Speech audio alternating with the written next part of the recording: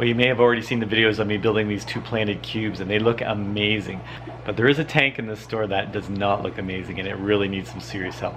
Hey, it's Carl, and today we are going to strip down one of these neglected plant tanks, totally strip it down to bare glass, and redo the whole thing. This tank has become a mess. Water quality is great, fish get fed, and the water changes get done.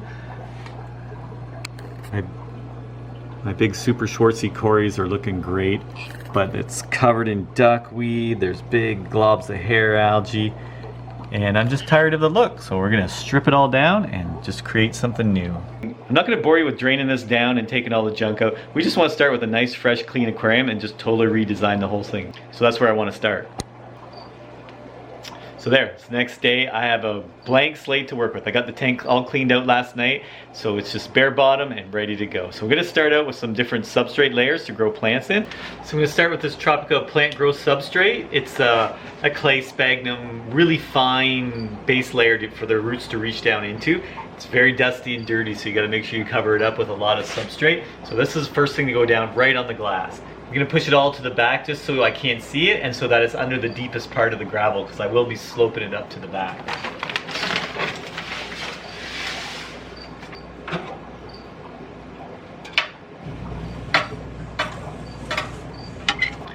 Next up is the fluval stratum. This is where the plants will actually be planted into.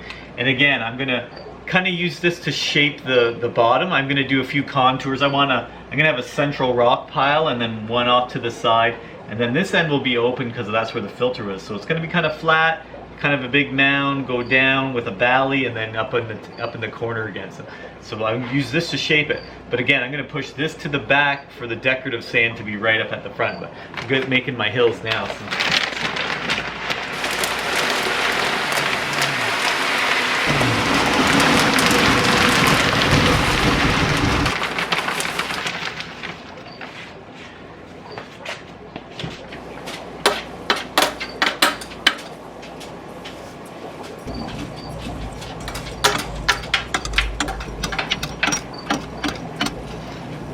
Actually, I'm going to put some decorative sand at the front to kind of hold things back, and then I'm going to start with the rock work then.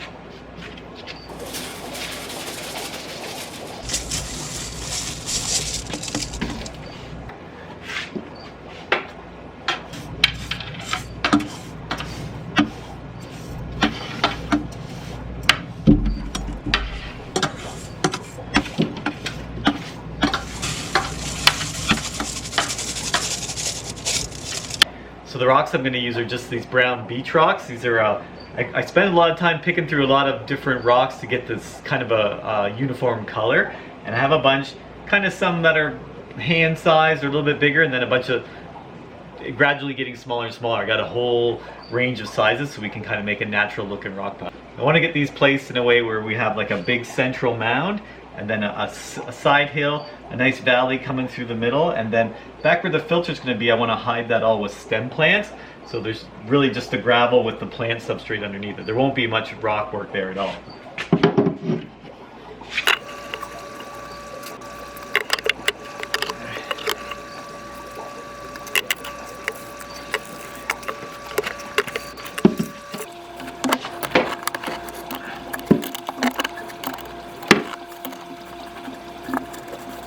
So I've got the main structure built, that nice big pile in the middle that I wanted with the big round rocks. Now I'm going to fill in with some more gravel sized pieces just to make it look natural. So there's the bigger rocks, some kind of medium rocks, now a little bit smaller, and then I have some tiny little pebbles I'll sprinkle in front of that. Just basically going to kind of just have them taper down the hill a bit. Kind of fill in any of these areas that are a lot of sand showing. But I am going to intersperse plants in with all this, so I need to leave some cracks for the plants to grow up out of. And to finish up this hill, I've got some little tiny pebbles I'll just sprinkle in there. So.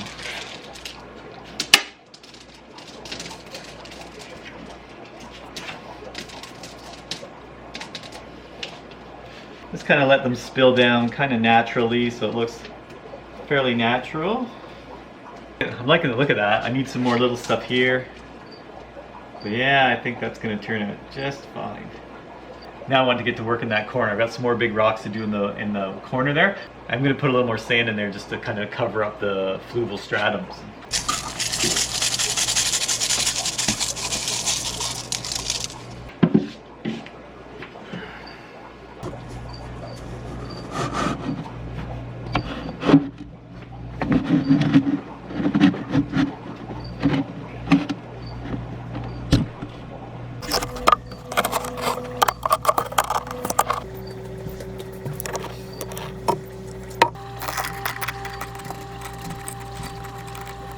So I'm pretty happy with the way the hardscape is right now. You can see the main pile here, and you got your big rocks at the top here, kind of your medium-sized rocks, and then down to your smaller gravel. So it kind of looks like it kind of fell down in place. So you want it to look kind of natural. Same with this corner. You got your big rocks at the back, going down to your smaller pebbles at the front. And then over on this end, again, this is going to be all stem plants back here in the filter. So I just have this little kind of like an island of rocks. Again, a few different sizes, so it kind of looks naturally. And that'll be a focal point for some plants there too. So pretty happy with the hardscape the way it is. For filtration, I have the Fluval U Plus put in the corner there. I know it takes up a lot of space in the tank, but I can't really have a canister because there's tanks underneath.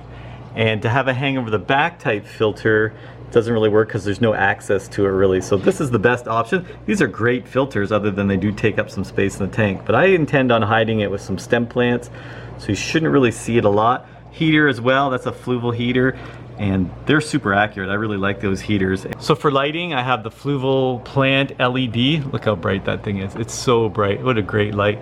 A little touchpad to turn it on and off. You turn on, you can control the brightness just by holding your finger on it. And then brighten it up again, hold your finger on it, so now it's nice and bright.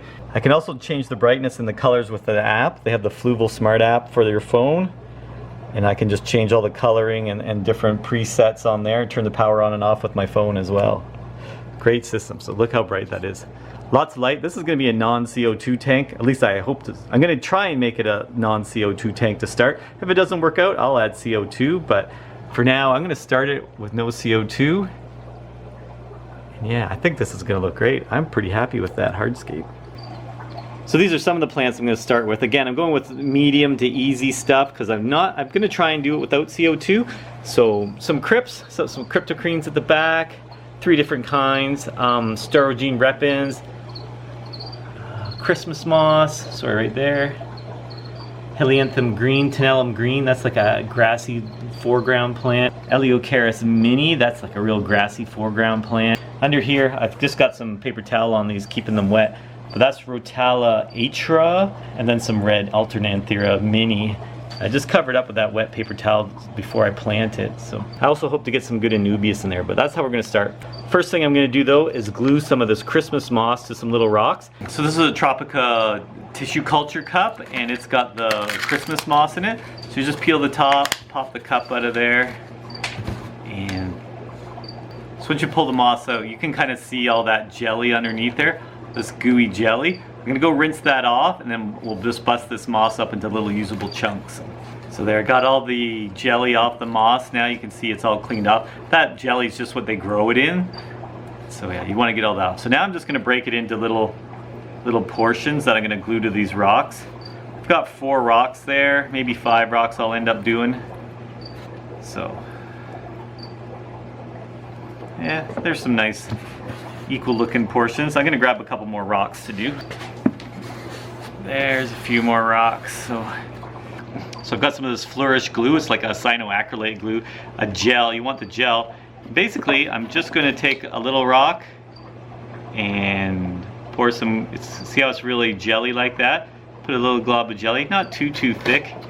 Then take this small rock, a smaller piece of moss like that, and just stick it right in. Basically takes a couple seconds and that's stuck there. So let's just do another one here. Goop it all up. It's a longer piece, so just like so. So now I can just take these rocks into the tank, and then kind of move them around in the hardscape to see where I like them. And once they get where they want them, they will grow and they'll kind of spill off of these rocks and onto the surrounding hardscape. But it's just a nice way to get things started. So I'm going to start with the stem plants that are going to eventually grow up and hide the filter. So this is Rotella atra, and these are actually clippings from that small cube tank that I made a couple months ago now. But I've been clipping the tops of it because it's growing so fast and so big. I just take the tops off, replanted them. Now I have all these nice little tops to start with. So I'm just going to break these into little clumps and just plant them kind of in a semicircle around the filter, just so you kind of will hide it. It will grow quite tall, so I'm going to try and hide that filter with that. So I'm just going to take maybe 3 or 4 little clumps and stick them in the sand.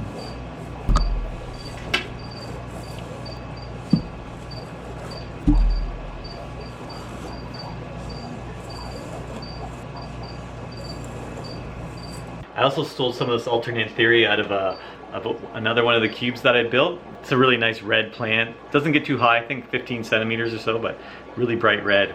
I'm just gonna stick it in different areas, just like little highlights here and there. This tank's really about experimenting with different plants, seeing what grows, what doesn't grow with the CO2 and no CO2. So it's gonna be, it'll be a real hodgepodge of stuff, but I think just over time, when some things take off, some things will melt down, then we can start moving the ones that are doing well. We'll move them around to kind of shape the aquascapes.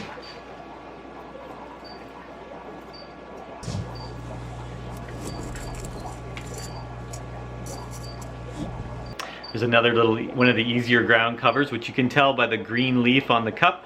This is Helianthemum tenellum green. Did I get that right? Helianthemum tenellum green, yeah. So just a grassy plant like that. Should be easy. Again, I'm going to split it up into little clumps and kind of put some clumps here and there throughout the tank. And then hopefully it kind of takes off and spreads from there. You can see that it's kind of on a runner. So I'm just going to break them all into individual plants and plant them individually. So you just break those runners. And there I just got 4 plants out of that one little runner. Next up is Cryptocrene petchi. This has got really, I don't know how well you can see that, really nice red stems and then a dark green leaf with those burgundy red stems. It's a really good looking crypt. Crypts tend to be pretty hardy. They may melt down a little bit at first, but they're pretty hardy after that. Once they come back, they're super sturdy and slowly creep and create nice little patch of them. You can kind of see how there's all these little plantlets. You just want to split them up, get all that rock wool off them, clean off the roots. Just gently separate them. Yeah, little plants.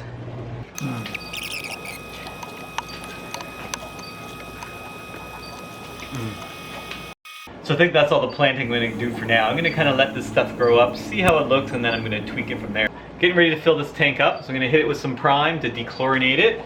So it's 2 drops per gallon, it's 20 gallons, so 40 drops, there we go. And then I took a plastic bag. I'm just going to lay this out.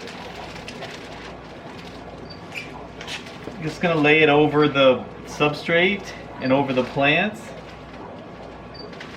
And that's just going to help diffuse the water so it doesn't stir it all up and churn up all that clay. Because the clay base in the bottom and then the fluval stratum are both very dusty clay-based soils. And once you get that stuff suspended, it can take a couple days to clear it up. So the less disturbance, the better. So that plastic bag, I'll put the water on that and just let it trickle off of that. And then we'll get this tank filled up. Filter's running, heater on.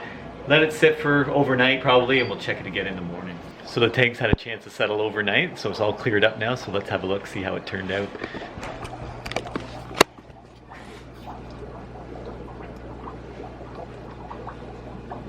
Pretty happy. There is a real hodgepodge of stuff in there, and I know not all of it's gonna make it, but we'll just fill in the spots with stuff that will grow. I threw in some extra anubias too, which are pretty hardy, so I really like the look of it. I think it'll look a lot better once it's filled in, so yeah, we'll update you in a month or 2. Well, the tank's been running for about 6 weeks now, so I thought I'd better give you an update and show you how the plants are coming along. As you can see, the atra has really taken off and it's growing right up almost to the top now. It's been doing really, really well. I planted a few other oddballs here and there. The Alternanthera Renicky Mini is doing really, really well. Got some little grassy guys popping up and they're hanging in there. The moss has really come along. Put some anubias at the back, which are doing okay, but they've got a lot of dark algae on the leaves. Not sure how to fix that, but I might have to trim them back. More moss and the red Renike. More anubias and moss. Little pogo that's doing really well. Some of those ground covers I put in have kind of fizzled out or just barely hanging in there, but they're there still. I did put in a little patch of Rotala Wallichi. What a pretty little plant. Really fine leaves, getting little pink tips on it. Really like that plant, but overall, tank's looking great.